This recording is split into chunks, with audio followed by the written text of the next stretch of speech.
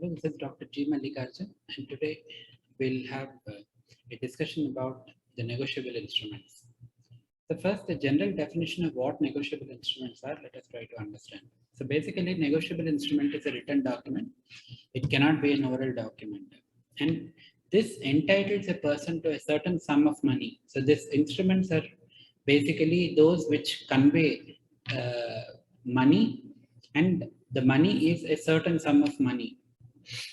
And it is freely transferable from one person to another person by negotiation. And this negotiation, in case of a bearer instrument, it can be transferred from one to another by a mere act of delivering this instrument. In case of an order instrument, apart from delivery, there has to be an endorsement in favor of the person to whom it is intended to be transferred. So with endorsement and delivery, the instrument can be transferred. So basically, the three essential elements of negotiable instruments are that they are written instruments, then they are instruments used for payment of a certain amount of money, and they are transferable in an easily transferable. They are easily transferable.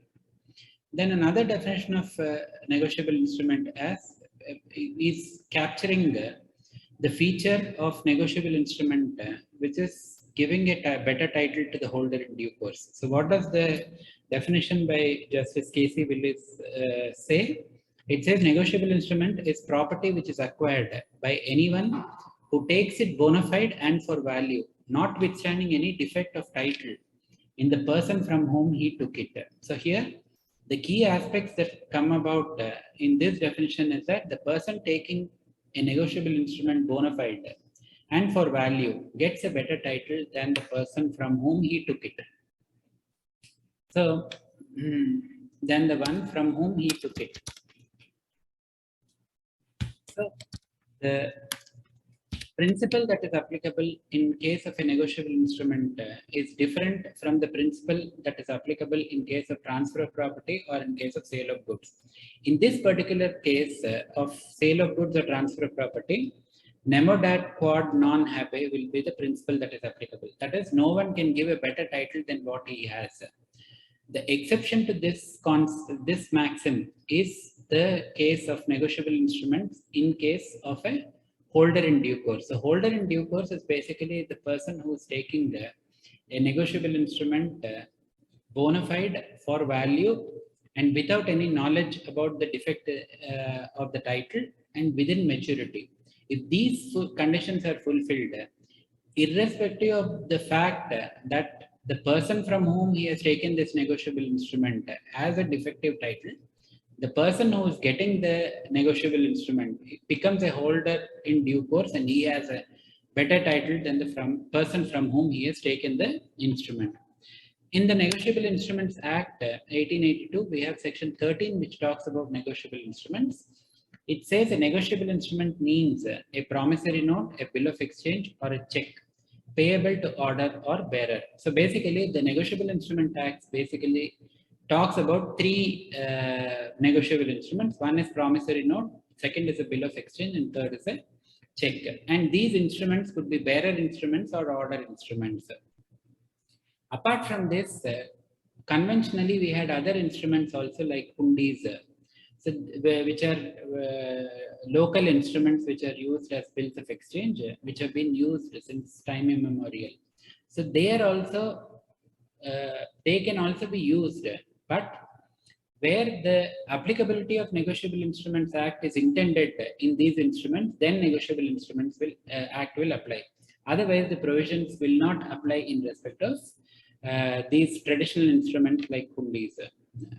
Then, what is the importance of negotiable instruments? So, most importantly, when you see promissory note, bill of exchange, they are basically intended to enable borrowing and lending. So, the instrument where a bill is drawn exclusively for the purpose of providing financial accommodation is called as an accommodation bill. So, this is different from a bill which has underlying goods and a transaction, but it is a transaction where the purpose of drawing up this bill is only to provide money. So a promissory note definitely is a promise to pay. So any mechanism of borrowing and lending is facilitated through the negotiable instruments. Then bills of exchange are one of the important mechanisms for financing business, and the discounting and rediscounting of these bills of exchange, which are eligible, is a mechanism by which the increase in flow of funds to those particular sectors is enabled. So from that point of view, and they also, negotiable instruments also enable financing of business and also increasing the flow of funds in the particular sector through the utilization of bills and the process of discounting, bill purchase and rediscounting, etc. Then they enable withdrawal of money from the account. So check is a classic way of mechanism by which I can draw. Now most of the banks have indicated that you should either come with the passbook or you should use your own check. Otherwise, they don't provide you with the withdrawal from their branch. You can use other mechanisms of withdrawal like your ATM card, debit card, etc. But if you want to go to branch and withdraw money, you will have to either take a check or you will have to you will get a withdrawal slip only when you get your passbook. So negotiable instruments help in withdrawal of money from my own account, and a check is a demand instrument. So then they also enable remittance and transfer of money. So payment of money from one person to another, say buyer to seller, it is facilitated by check. Then buyer to seller, it's facilitated through bill of exchange. Then the borrower to lender, and the repayment by lender to borrower, etc. So all this happens through the negotiable instruments. Then they serve as money market instrument also, because bill discounting is a very important area of providing financial accommodation. And generally these bills which are having a tenor of less than 1 year are used in the money market also for providing temporary financial accommodation, etc. So this bill purchase, discounting and rediscounting is a very important aspect of money market operations. Then the bank rate of Reserve Bank of India, which is under section 49, is the notified rate at which RBI buys eligible bills of exchange in accordance with the provisions of the Act. So the rate at which RBI purchases, discounts and rediscounts is the bank rate. Then, so in that way, it also serves as a money market instrument and a mechanism of providing financial accommodation. Then facilitates and is used for payment and settlement system. So basically checks, then negotiation of the negotiable instruments through endorsement and delivery or mere delivery. This is a mechanism for enabling payment and settlement to happen. Then a bona fide holder in due course will have a better title. And this advantage that is there in the negotiable instruments is one of the important principles. Then the penalties that are associated with the checks dishonor for insufficiency of funds are also mechanisms to enable that the negotiable instruments become or are very important parts of trade and finance. Then what are the essential characteristics or salient features of negotiable instruments? So first, as I discussed earlier, they represent property. So the holder of the instrument is entitled for a certain sum of money which is indicated in that instrument. Then it entitles the holder to property it represents. So there are certain quasi-negotiable instruments like bills of lading, railway receipts, etc., or even a government promissory note where the government owes money to a particular individual. So these are quasi-negotiable instruments. So they are not having full features of the negotiable instruments, but are treated as negotiable instruments for certain features. So these bills of lading and railway receipts are basically titled to property, which is underlying them, like the goods that have been transferred through ship, the goods that have been transported through railway, etc. Then one of the important characteristics for making negotiable instruments very popular is their easy transferability. As I told you, a bearer instrument can be transferred by mere delivery. Then an order instrument can be converted into a bearer instrument by an endorsement in blank. And if it is an order instrument in favor of some person, then this person will have to put his signature and write someone else's name and or endorse it to someone and then hand over the instrument to that person. So then automatically the instrument is transferred. So the transferability is very, very easy in case of negotiable instruments, which may add to the popularity and utility of these instruments. Then title, the holder is entitled to the amount. This is natural. Then he can receive the money or he can negotiate it further. So he gets the title and then he can pass on the title to someone else. And here a holder in due course, the one who is receiving a negotiable instrument bona fide for value, gets a better title than the owner, and the person from whom the holder in due course passes on the negotiable instrument gets an equally good title when compared to as the holder in due course is concerned. So this conveyance of better title is another advantage of a negotiable instrument. Then negotiable instrument must be in writing, that is the order in case of a bill of exchange or a check, or the promise as in case of a promissory note to pay a certain sum of money cannot be oral, it has to be in writing and it must be duly signed. Then it must be unconditional. So it could be having conditions, but those conditions should be those where there is a certainty of the event happening. But in case of an uncertain condition, where the condition is there, where there could be uncertainty, then the instrument is not a valid instrument if it contains this kind of a conditional payment or promise or an order. Then it is payable to either a person or to his order. So even if the negotiable instrument is made payable as X without writing that it is payable to X or his order, then the negotiable instrument is payable to X or his order. Then in case of a bearer, if it is written payable to bearer, then it is payable to bearer. Or if it is written blank, pay to dash in a blank endorsement, then also it will be treated as a bearer instrument. Then another important aspect is the certainty of amount.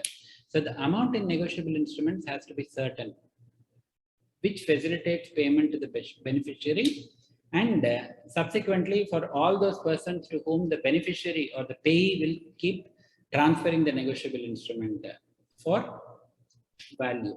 So the amount has to be a certain amount, and generally it has to be in the legal tender currency. Then it cannot be in the form of goods, or in case of any other uncertain amounts will not work. But where you are indicating that it has to be in a particular currency, the variation in currency does not make the amount uncertain. Similarly, where you are indicating that it has to be along with an interest, so that interest, since it varies with the time, it cannot be treated as an uncertainty in terms of amount. So this is also provided for in the section. Then in the provisions of the Act, then prompt payment is something which is essential characteristic. So a negotiable instrument is used for ensuring prompt payment, either on demand or after a certain period on maturity. So this feature of Negotiable Instrument Act is what makes it very useful and popular for business and for payments.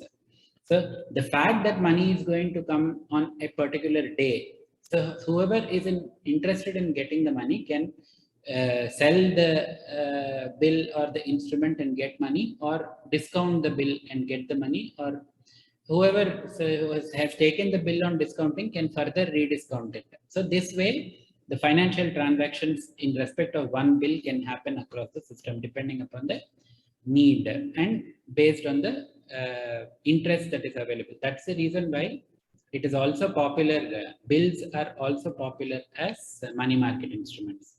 Then the right to sue. This is a consequence of title. The holder or holder in due course, or the payee, that is the beneficiary of a negotiable instrument, has a right to sue in his own name in case of dishonor of a negotiable instrument. So these are basically the essential characteristics of all negotiable instruments. Now let us see individual negotiable instruments. We start off with promissory note, which is the first thing that appears. In section 4 talks about promissory note. So a promissory note is an instrument in writing, not being a bank note or a currency note, containing an unconditional undertaking signed by the maker to pay a certain sum of money only to or to the order of a certain person or to the bearer of an instrument. So the various elements that are there in respect of a promissory note, we can find out by splitting the definition. So basically it is an instrument in writing, and a bank note or a currency note is not falling within the definition of promissory note here, because They are governed by the provisions of the Reserve Bank of India Act. So the Reserve Bank note is also a promissory note only, but that promissory note is not governed by the provisions of the Negotiable Instrument Act. And prior to Reserve Bank being constituted, the notes were issued by the Controller of Currency, Government of India. So those notes which were taken over by Reserve Bank of India on incorporation, those which were issued by Reserve Bank of India till it started printing notes in its name, they are referred to as currency notes. So these two are basically promissory notes, banknote and currency note, but they are not falling within the purview of the Negotiable Instruments Act. Then containing an unconditional undertaking. So here the promise or the undertaking to pay the money has to be an unconditional undertaking, and it has to be signed by the maker, and it has to be an instrument where there is a promise to pay a certain sum of money only, and it has to be money only, and it has to be payable to or to the order of a certain person or to the bearer of the instrument. So what are the examples of valid promissory note? This is also indicated in section 4 only. There are about 7 or 8 examples that are there indicating which of them are valid promissory notes and which are not valid promissory notes. So what are the 2 examples of valid promissory notes? One is I promise to pay B or order rupees 500. So here there is a promise, there is a certain person who is there, then there is a certain amount of money that is there, 500, and it is payable to that certain person or to the order. And if it is signed by the maker, then it will be a valid promissory note. Then the second thing is I acknowledge myself to be indebted to be in rupees 2000 to be paid on demand for value received. So this is a demand from note where someone is indicating that I am acknowledging that I am indebted to B. So the person to whom the money is payable is B because that is the person from whom money has been taken. Then the certain amount is indicated, that is 1000 rupees, and it is for consideration, that is value received. So this is the pattern in which a promissory note is written. So you have the place and date, then you have the amount indicated, and then on demand, I promise. So this is an instrument payable on demand, not after time. So I promise to pay Rohit of Delhi or order a sum of 5000 rupees. And again, it is indicated in words and figures for value received. Then it is addressed to the beneficiary. So here, the person who is making this note, Mr. Rajiv, he is the maker of the promissory note. Rohit, who is the person to whom the money is supposed to be paid, is the payee or the beneficiary. And this promissory note is supposed to be stamped in accordance with the provisions of the Stamp Act, depending upon the amount that is indicated. And the certain amount of money is there, which is 5000 rupees. And it is payable to Rohit or order. So it's an order instrument. So any transfer in this instrument has to be done by endorsement and delivery. Then what are the features of the promissory note? So first, it's a negotiable instrument because it's a named negotiable instrument. However, the banknote or currency note is not included in the negotiable instrument. So as I told you, banknote is a note issued by RBI under the provisions of the RBI Act. Then a demand promissory note. So the nature of a banknote of Reserve Bank of India is basically a demand promissory note payable to the bearer payable to the bearer. So that is what is the nature of a banknote. Then currency note is the note issued by central government prior to establishment. Then, so if the provisions does not include a banknote or a currency note, then the promissory note has to be in writing. A mere oral promise is not valid, and it has to be in writing. However, there is no indication whether it has to be in ink or in pencil. So it could be in either. But if you are writing it in pencil, then there is a risk of someone tampering with it. But if you are writing in pen, it will be very difficult to tamper or alter. Then another important feature is that it should contain an unconditional undertaking. So here, there has to be an express promise or undertaking to pay, and thus express promise has to be an unconditional undertaking to pay. So a mere acknowledgement of debt saying that I owe you rupees 1000 is not sufficient to make it a promissory note. So this is one of the example where Mr. P, I owe you rupees 1000. So this is not a valid promissory note. Then it must not be conditional on happening or otherwise of an uncertain event. So there has to be certainty. If there is a condition, that condition should be something which should not be an uncertain event. It should be a certain event. So what are the examples here of uncertain events? So here I promise to pay B rupees 500, first deducting thereout any money which he may owe to me. So here any money which he may owe to me is not something which is certain. So since there is an uncertainty here, then this is not a valid promissory note. Then I promise to pay B rupees 500 7 days after my marriage with C. So whether marriage will happen or not is an uncertain event. So the payment is conditional on this event, which is uncertain. So it's not a valid promissory note. Then here I promise to pay B rupees 500 on B's death. So if it would have stopped here, then it would have been a valid promissory note, because death is a certain event at whatever time it may happen. But if it goes ahead and says that provided D leaves me enough sum to pay that amount, then here the uncertainty will be in terms of how much money D leaves, whether he would leave money sufficient to pay the money or not. So here comes the uncertainty of the condition which is stipulated. So from that point of view, it becomes a invalid promissory note. Then it must indicate a certain sum of money. So the payment has to be of money and money only, and that to legal tender money. That is that money which will be used when paid will discharge the liability of the person who is paying the amount. And it cannot be in the form of goods or commodities. So in this example, where I promised to pay B rupees 500 and to deliver to him my black horse on 1st January. So to the extent of 500, it's okay, but delivering him a black horse, a promise which is containing this kind of other than money, makes this promissory note an invalid promissory note. Then the amount must be certain. So the section says that mere indication of interest to be paid or payment in foreign exchange or payment in installments and recall of the amount if unpaid.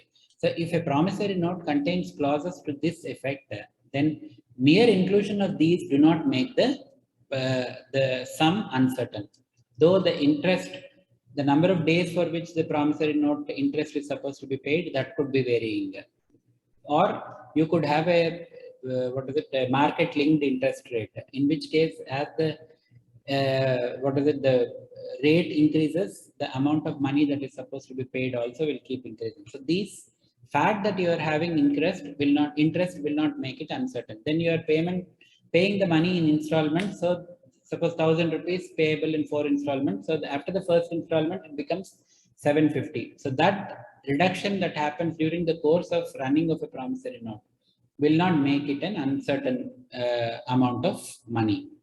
Then the following are not considered to be promissory note because there is no certainty of money. Example, in the first case, I promised to pay B rupees 500 and all other sums which will be due to him. So what are these all other sums? There is no certainty in respect of that. So the promise is an invalid promissory note. Then I promised to pay B rupees 500. First deducting thereout any money which he may owe to me. So how much is that money he may owe to me? If I don't know, then there is no certainty in terms of amount. Then the next aspect of it is who is the promissory note payable to. So the promissory note is payable to or to the order of some person or to the bearer of instrument. So here it could be to a bearer or to the person or his order. The person to whom payment is made should be certain, and if it could be in the form of a name, or if by designation you are able to identify a certain person, then also a promissory note could be indicated where you are able to identify the person, then that will be a valid promissory note.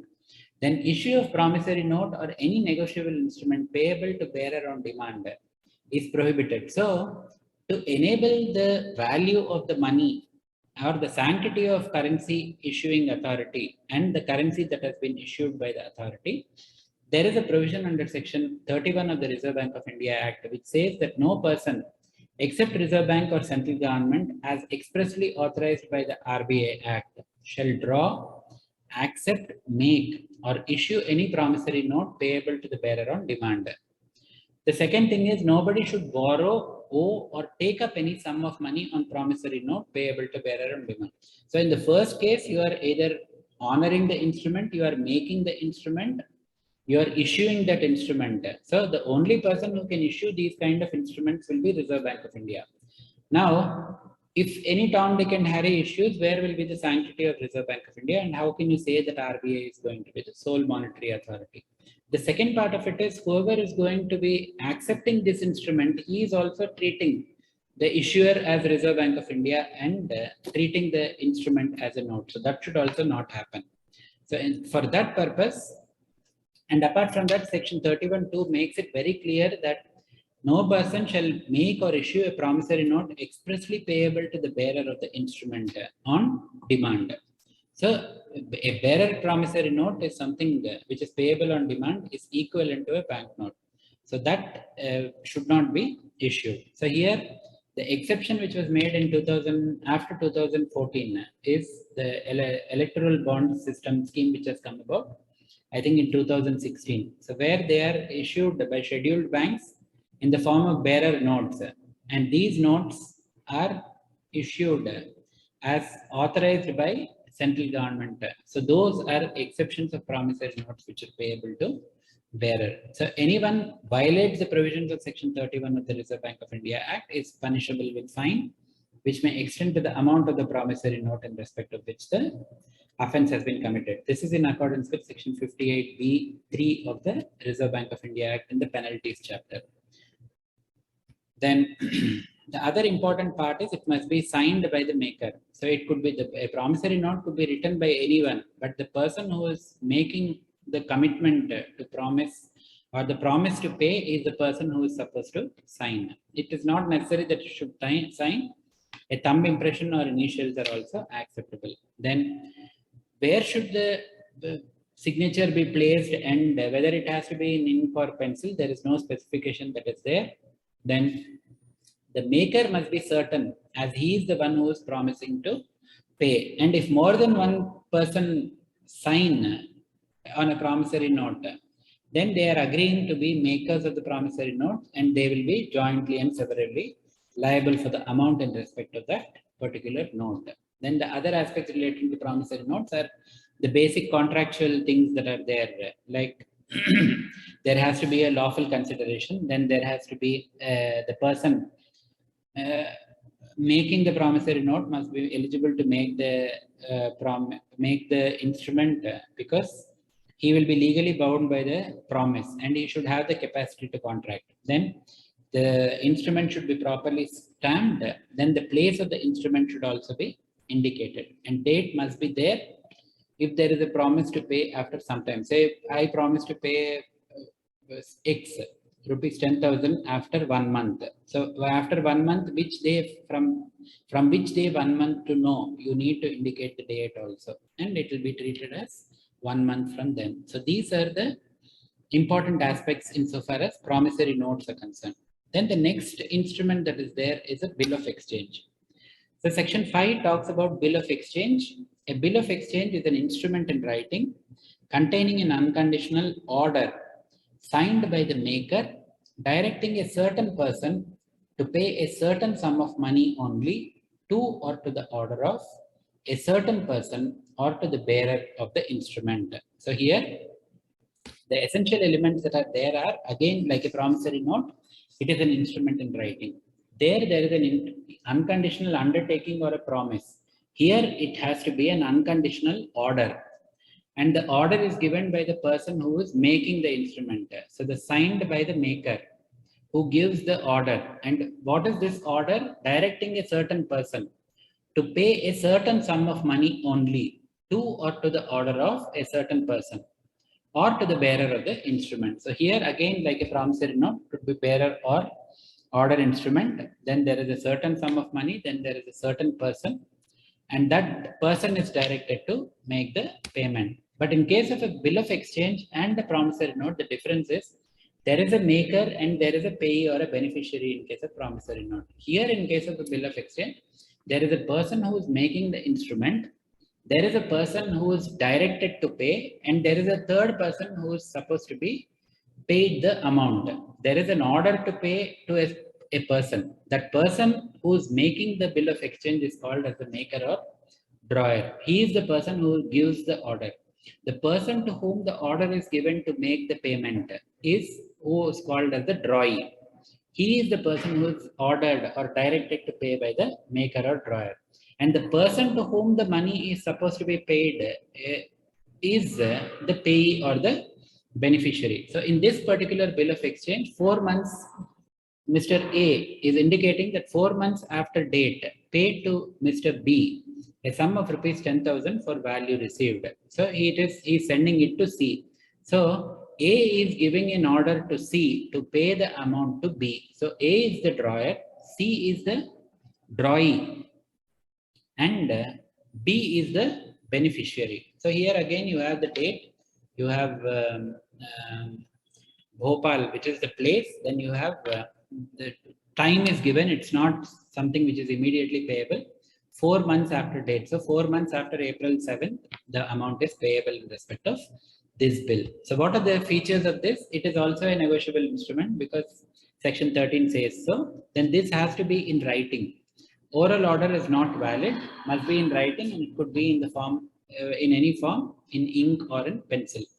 Then it must contain an unconditional order, and there has to be an express order directing a person, certain person to pay. And this must be unconditional on happening or otherwise of any uncertain event. So there should not be any uncertain event which should be the condition for making the payment or directing, giving the order. So the only exception is it could be a certain event, in which case happening of a certain event, it is not treated to be conditional for the purpose of a bill of exchange or a promissory note. Then there must be a clear order directing to pay. A mere request is not sufficient. Then again, like a promissory note, there has to be a certain sum of money. It has to be legal tender money. And again, interest, paying in foreign exchange, payment in installment, and recall if unpaid. These do not make the amount uncertain. Then payable to or to the order of some person or to the bearer of the instrument. So a bill of exchange also can be a bearer bill of exchange or a order bill of exchange, and the person can be identified either by his name or by designation. Then that will be treated as a certain person. Then again here section 31 prohibition will also apply in respect of a bill of exchange where someone draws a bill of exchange or which is payable to bearer on demand, or accepts a bill of exchange which is payable, or borrows using this instrument. So here again the punishment is fine, which may extend up to the amount of the promissory note. Then the other important thing is it must be signed by the maker or drawer, and it could be written by anyone, but it has to be signed, or the thumb impression or initials are also acceptable. Then where it has to be signed is not there, and even a bill could be jointly and severally payable if more than one person are signing the bill of exchange. Then other aspects are place should be indicated, properly stamped. Then date must be there in case it is payable after some time. Then consideration should be lawful. Then person making must be eligible to make the instrument. The drawee must be legally bound to by the order to pay. So the person who is being directed to pay, he also should be someone who should be having the competence to make the payment or undergo the liability. Then classification of bills of exchange. There are various classes of bills of exchange. We'll see them. First, you could have inland bill or a foreign bill. So inland bill is dealt with in section 11 and foreign bill in section 12. Then you could have a demand bill or you could have a time bill. That is a bill where the payment is supposed to be made on demand or at site. Or you could have a time bill where there is a maturity period after which you will be asked to make the payment, or it is after site. Then a trade bill and an accommodation bill. So where the bill is drawn in continuation with the sale transaction, purchase and sale transaction is what is called as a trade bill. But where the transaction is basically to provide financial accommodation, it is called as an accommodation bill. Then where there are documents associated with the bill, then it will be called as a documentary bill. Where there are no documents attached, then it will be called as a clean bill. Bills of exchange, especially in international transactions, are drawn in sets, say 1, 2, or 3, 3 sets. So that one will be sent by post, one will be sent through the banker, and one will be through another channel. So this will facilitate that the document will be received by the other person, so that the convenience will be there, and even if one is lost, the problem will not be there in terms of honoring. So you could have bills in sets, then, or you could have a bill which is in one bill only. Then clear bill or ambiguous bill or inchoate bill. Clear bill is where it is very clearly discernible about what is the amount, what is the stamped one, then whether it is reflecting an unconditional order to pay, etc. So then it becomes a clear bill. An ambiguous bill is one where by the wording, you don't know whether it is a promissory note or a bill of exchange. So the holder will decide whether he will treat it as a bill of exchange or promissory note, and then from then on, the manner in which he deals with will be the manner in which the instrument will be treated. So if he treats it as a promissory note, then it will be a promissory note. If he treats it as a bill of exchange and does the further process, it will be treated as a bill of exchange. So that is an ambiguous instrument, section 17. In case of an inchoate bill or an inchoate negotiable instrument, the instrument is stamped, but no details are filled into it. It's almost like a blank check that you give. So it's a blank instrument or incompletely filled instrument which is given, which is stamped for a particular value. So the value also may not be indicated there. So this kind of an instrument, if it is given, the holder has the ability to fill the gaps and make the instrument complete. And while he is filling in the information, if he is writing something more than the amount that has been stamped, for which it has been stamped, the liability will be only to the extent of the amount that is for which it has been stamped. Suppose the only person who can claim value more than the amount that has been indicated is the amount for which it has been stamped is the holder in due course, who takes it for consideration with a bona fide belief that it's a genuine transaction that he is entering into. So these inchoate bill is according to section 18 of the Negotiable Instruments Act. Ambiguous bill is according to section 17. So now let us see the differences between. So an inland bill basically is a bill of exchange drawn or made in India and made payable in India, or it is a bill drawn upon any person resident in India. So it could be a bill drawn or made in India, any bill where the payment is supposed to be made in India, or it is drawn upon a person resident in India. So in these cases, it will be called as an inland bill. So if any of these things are not there, then it will be a foreign bill under section 12. So if it is not drawn in India, or if it is not payable in India, or if it is not made payable to any person resident in India, in all these instances, it will be treated as a foreign bill. A time bill is basically a bill of exchange payable after a fixed time. In this case, there is a 3-day grace period which is provided after maturity, within which the payment is supposed to be made. So that is according to section 22. A demand bill is a bill of exchange where the amount is payable on demand or immediately after presentment or at sight, or where there is no date or time that is fixed for payment, then it will be treated to be a demand bill only. Then in this particular case of a demand bill, no grace period of 3 days will be permitted. So this is in accordance with section 19 and 21. Then a clean bill is a bill where there are no documents enclosed with the bill of exchange. Whereas a documentary bill is where the document of title to goods are enclosed, like a bill of lading, then railway receipt, etc. will be there. In addition to it, the bill of exchange will be there, and that will be transmitted. Then that is a documentary bill. Where there is only a bill giving a direction to pay to someone, then it is a clean bill. Then a trade bill is a bill of exchange drawn by the seller or the on the buyer regarding a genuine trade transaction. So where there is an underlying buying and selling transaction or a trade transaction, then that kind of bill is what is called as a trade bill. And the obligation to pay the money will be for the buyer. So he will be the person who will be directed to pay by the seller, who is the creditor. So, and he may order the amount to be paid to him, or he may order the money to be paid to someone else, in which case the bill of exchange will be drawn accordingly, and it will be called as a trade bill. A bill where the amount, the consideration it is not drawn where there is an underlying trade transaction, but which is basically used only for the purpose of providing financial assistance, is what is called as an accommodation bill. So these are very common in the financial space. So if someone wants to receive money, then they will get a bill, and then they will indicate that I will pay you, direct you to pay the money after this particular day. So the obligation to pay will be there. Then they receive the money and then pay the money to back to the creditor after the period is there. And during this period, the bill could be discounted, rediscounted, etc., depending upon the market conditions. And for facilitating this only, RBI had initially put in an organization called the Discount and Finance House of India, which was basically used for promoting the bill discounting culture in the country.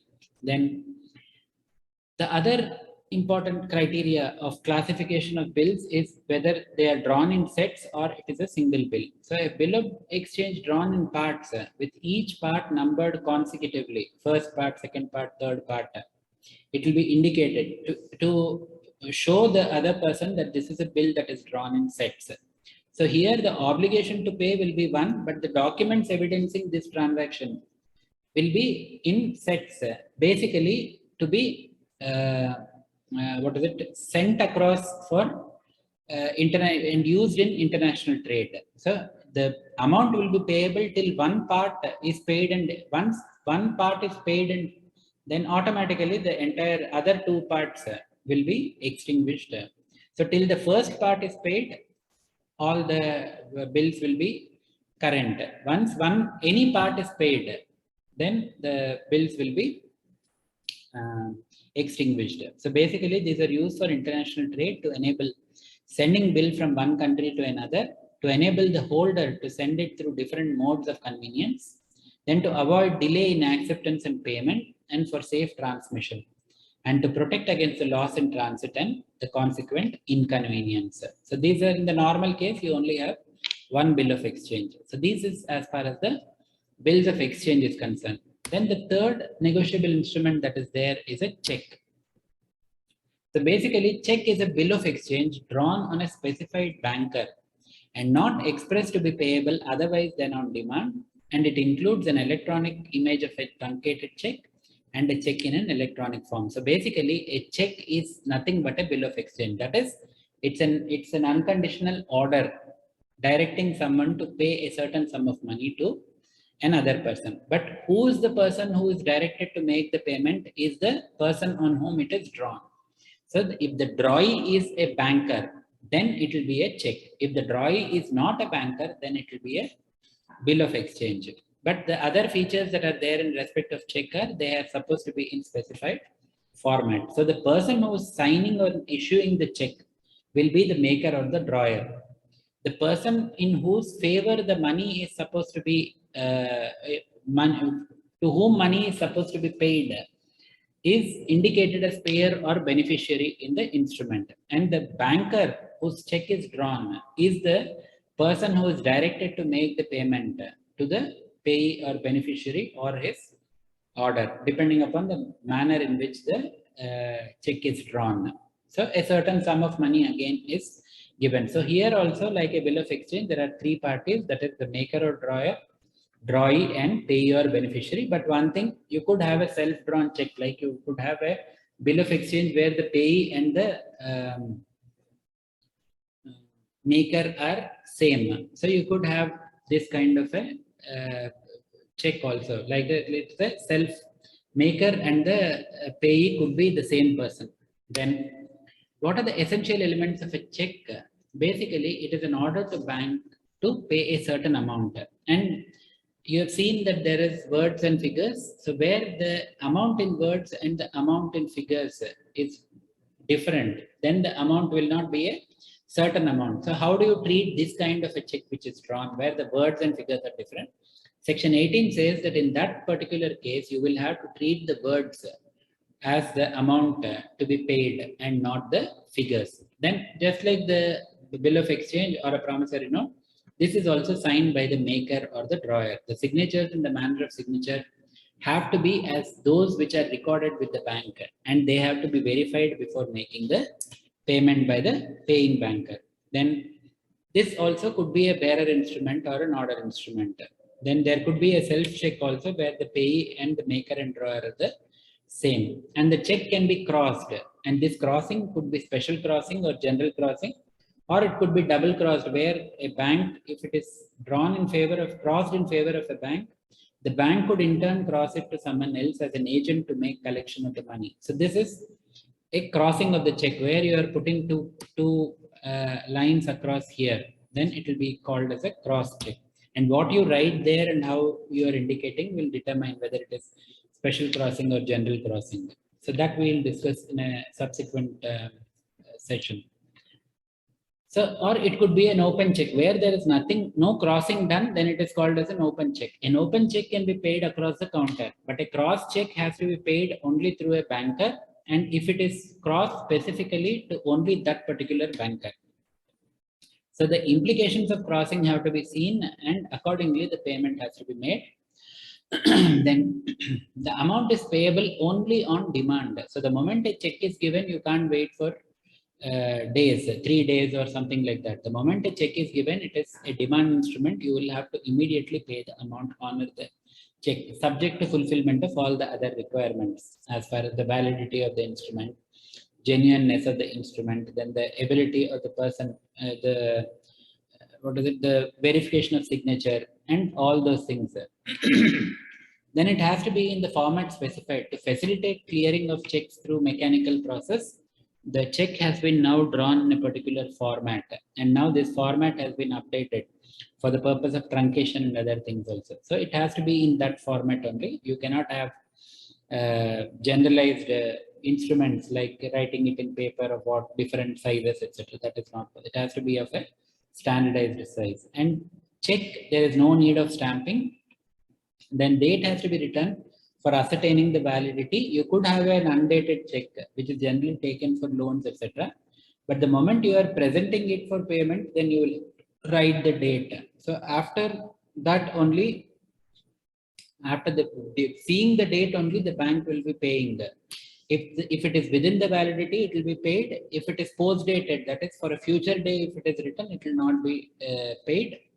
If it is for a date after the validity period of the instrument is over, then it will be treated as a stale check and it will not be paid. So these are the essential aspects as far as check is concerned. Then in the explanation to the check, there in the definition of checks, it has been indicated that it includes an electronic image of a truncated check and a check in electronic form. So now what are these truncated check and an electronic check? We'll see. So explanation to section 6 says that a check in an electronic form means a check drawn in electronic form. That is, it will not be a physical instrument, but it will be an electronic format of a check. Then it will be used by using a computer resource that is generated. Then it is signed also in a secure system with digital signature, with or without biometric signature, and asymmetric crypto system, or with the electronic signature as the case may be. So here the instrument is also electronic, the signature is also electronic or digital or biometric, and the encryption system is an asymmetric crypto system. So that I will talk about in the subsequent slide. Then now what is a truncated check? In case of a truncated check, a truncated check means a check which is truncated, that is reduced to an image of the check captured during the course of a clearing cycle. It could be truncated, that is the image of the check could be captured at some stage in the clearing cycle, where by whom, either by the clearing house or by the bank, whether paying or receiving payment, immediately on generation of an electronic image for transmission, substituting the further physical movement of the check in writing. So now, here there is a physical check that is supposed to be made, then it has to be physically signed, and the moment it is presented, so the bank where it is presented for payment, at that stage it could be captured, or it goes for the bank where the money is supposed to be debited and paid.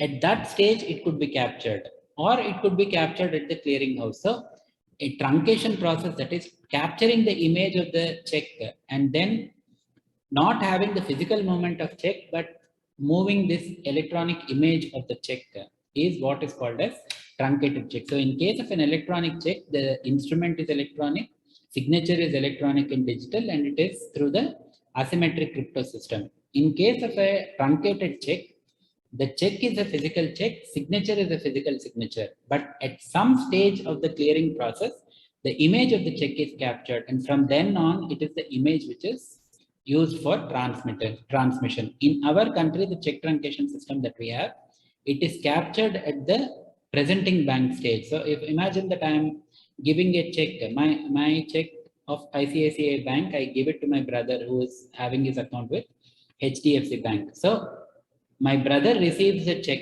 and he tenders it at his HDFC Bank's counter. So that will be the presenting bank, and my bank will be the paying bank, or HDFC Bank will be called either the presenting bank or the collecting bank, because he is collecting the money on behalf of his customer, which is my brother. And my bank is a paying bank because it is the bank which will pay the money in respect of this check. So where does check truncation happen? My brother presents the check to HDFC Bank, which is the presenting bank or the collecting bank. There the image is captured. And from there on, the image travels to the clearing house, from the clearing house to the to my banker, which is ICICI Bank, which is the paying banker. Then accordingly, from there on, it will be only the image which will be traveling from the presenting banker stage.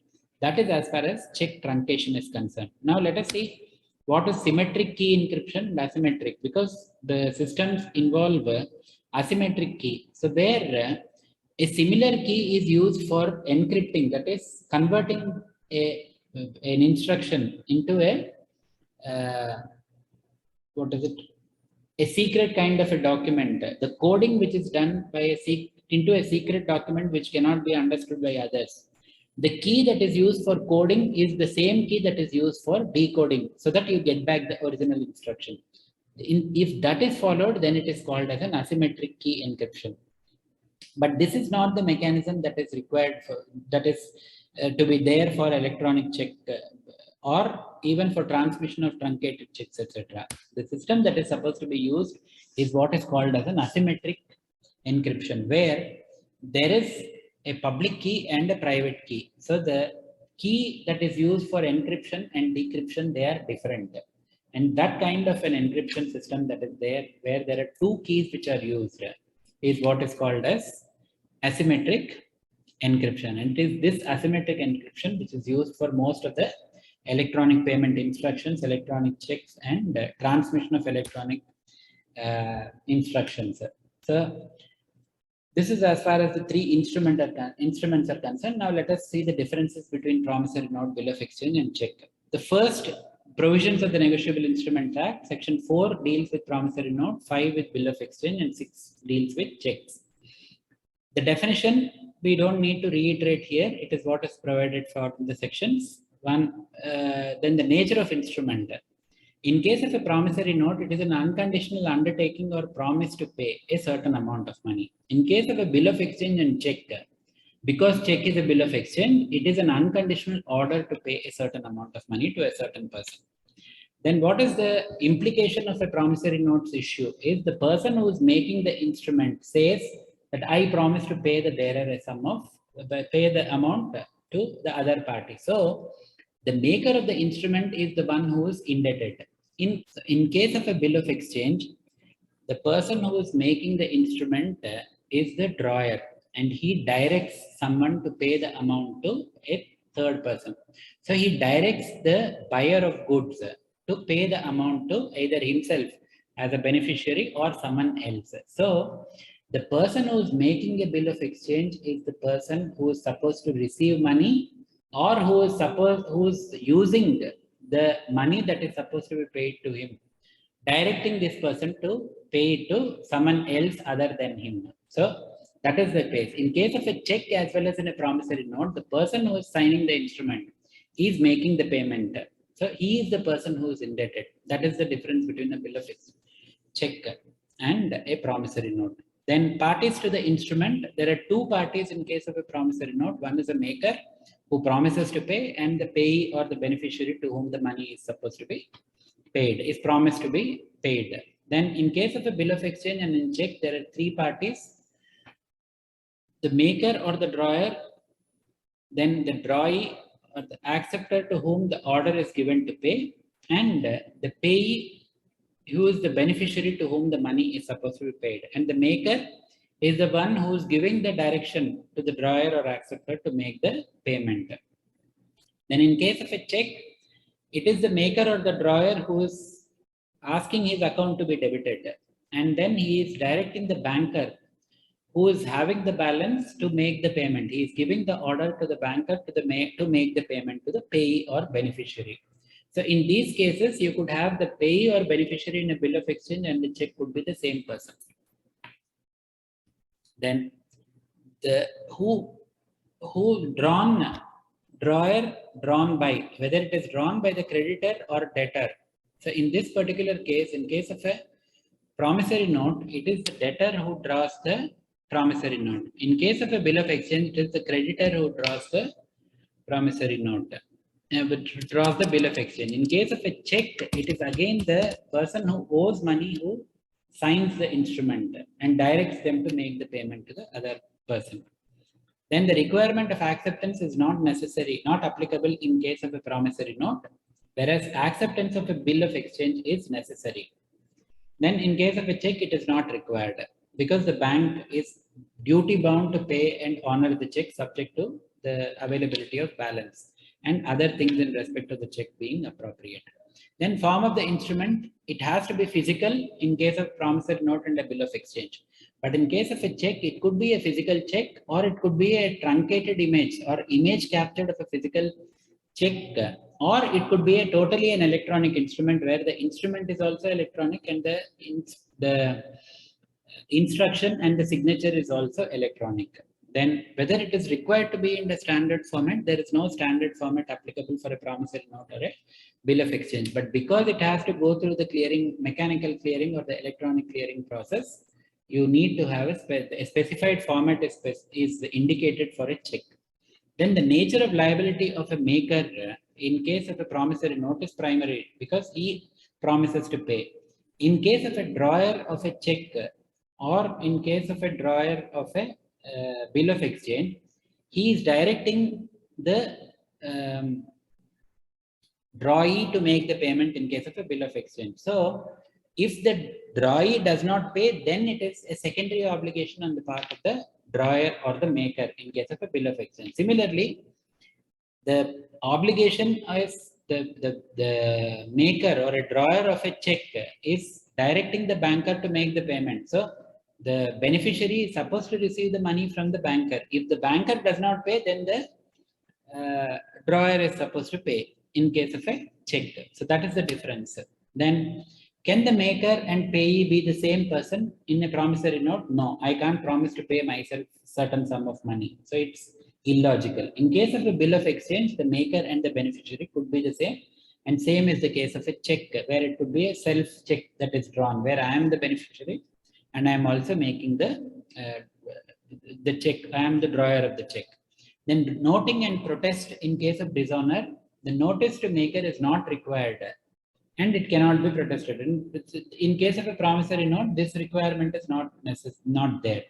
In case of a bill of exchange, a notice to all parties is required and it can be protested. That is, you have to give a notice where it is indicated that the bill has not been accepted or it has been dishonored for non-acceptance or dishonored for non-payment. You have to give a notice. Then you could get a certificate issued by a notary public in case of a protest. So that can also be there.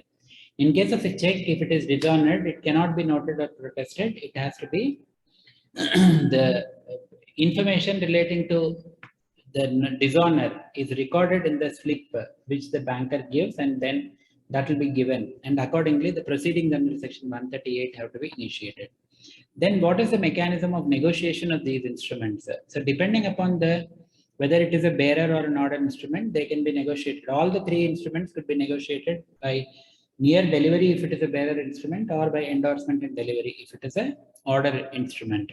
Then what is the validity? So the validity of a promissory note is as indicated in the instrument, and same in the case of bill of exchange. But in case of a check, once it is dated, the validity will be 3 months from the date. Then stamping has to be there for a promissory note and bill of exchange, and there is a presumption that a document is stamped. If there is a lost instrument, it will be presumed that the instrument has been stamped. But in case of a check, there is no stamping that is required. Then payable on demand or after time. A promissory note could be payable on demand or after a time, and same is the case with the bill of exchange. It could be paid on site or after site or on presentment. So it could be on demand or after certain time, but a check is payable only on demand. Then it can be payable to bearer on demand. So a promissory note cannot be payable to bearer on demand under, because it is prohibited under section 31. Then in case of a bill of exchange also, where it is payable to bearer on demand, it is prohibited. The only exceptions to payment of an instrument payable to bearer on demand is if it is through a banker. So that's the reason why check is a permissible exception under section 31. Then crossing, there is no provision relating to crossing of a promissory note or a bill of exchange, but there is an entire chapter dealing with crossed checks in the Negotiable Instruments Act. So the check could be open or crossed in one of the following types. It could be a general crossing, like you put two transverse lines across, or you say account payee, or you say not negotiable, etc. Then second thing is, it could be a special crossing where you are putting your two transverse lines and writing saying that Bank of Baroda, in which case it will be crossed. It can be paid to a customer of that bank, or it can be presented only by Bank of Baroda. So it could be double crossing where suppose Bank of Baroda is not a part of clearinghouse, then it can endorse it again to another bank, say ICICI Bank, in which case ICICI Bank will collect the proceeds of the check and pass it on to Bank of India, and the person the paying banker will ensure that it is being paid to the appropriate bank. That they will ensure that it is paid to ICICI Bank, and the second double crossing is only as an agent it is permissible. Otherwise, you can't keep transferring it from one bank to another. Only one instance is possible where you are going to say that this bank is going to be the collecting agent for the other bank. Then is there a grace period for payment? Yes.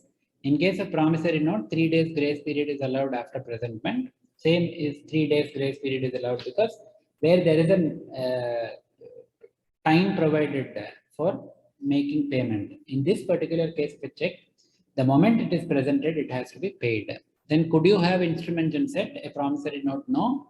Bill of exchange, yes, you could have it in sets. And checks, it is not something that is you cannot have a check in sets. So these are this is the content as far as the negotiable instruments are concerned, and the various kinds of negotiable instruments and the differences between these instruments. Thank you.